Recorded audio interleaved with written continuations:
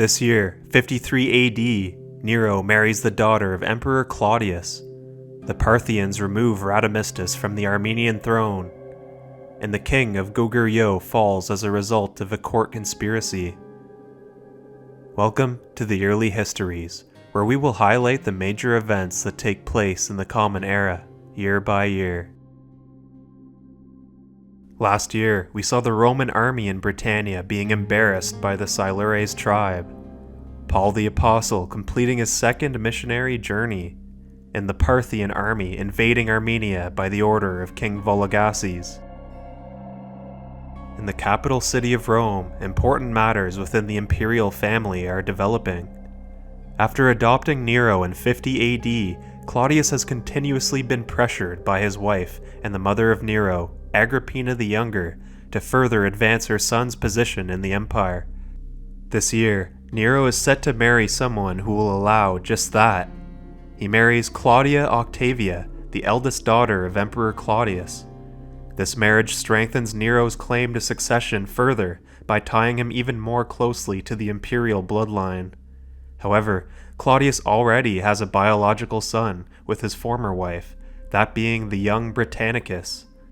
With Nero's new imperial marriage, it is made quite clear that Claudius has been moved to cast his own son to the side in favor of Nero. Emperor Claudius also continues his series of reforms as a part of his broader efforts to centralize imperial administration and reduce senatorial influence over provincial and financial affairs. His new decree empowers imperial procurators, often members of the equestrian order or imperial freedmen, with judicial authority in financial cases to streamline governance and reinforce the emperor's control over the empire's fiscal matters. Moving to the east, where significant events are underway in the advancement of the early Christian church. Peter the Apostle has been an indispensable leader within the Christian community of the Levant, and through Jesus naming him Petros in Greek, or Rock in English, and entrusting him with the keys of the kingdom, Peter was established as the foremost leader among the apostles and a foundational figure in the early church. In approximately the year 48 AD, Peter was undertaking missionary activities in the major city of Antioch. He founded the Church of Antioch and is said to have become its first bishop. Though, Peter has greater ambitions driven by his fervent beliefs and decides it is time to move on to bigger things. This year, he relinquishes his position as the Bishop of Antioch, and a man named Evodius takes up the role. Not much is known about Evodius, but he is possibly a Hellenistic Jew, and with this move, Peter is free to travel west to the heart of the empire to continue his life's mission. Further south, Emperor Claudius has ordered the restructuring of territorial holdings in the Levant. Herod Agrippa II, the son of the former king of Judea, Herod Agrippa, currently has the title of Tetrarch of Chalcis.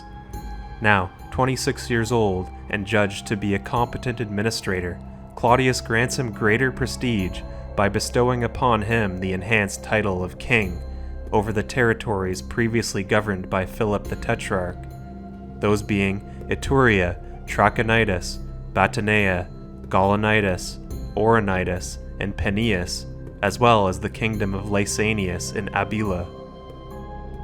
Last year in the Caucasus, we saw the Parthians undertake an invasion of Armenia by the order of King Vologases to remove the Iberian Radamistus from the throne and replace him with the brother of Vologases, Tiridates. This year, the foreign army enters the city of Artaxata and drives out Radamistus along with his Iberian collaborators. The Arsacid prince Tiridates becomes the new king of Armenia, permitting the Parthians to begin the process of extending their influence further into the strategically important Caucasus region. The Romans have been observing the situation with great caution and will surely not tolerate such an outrage.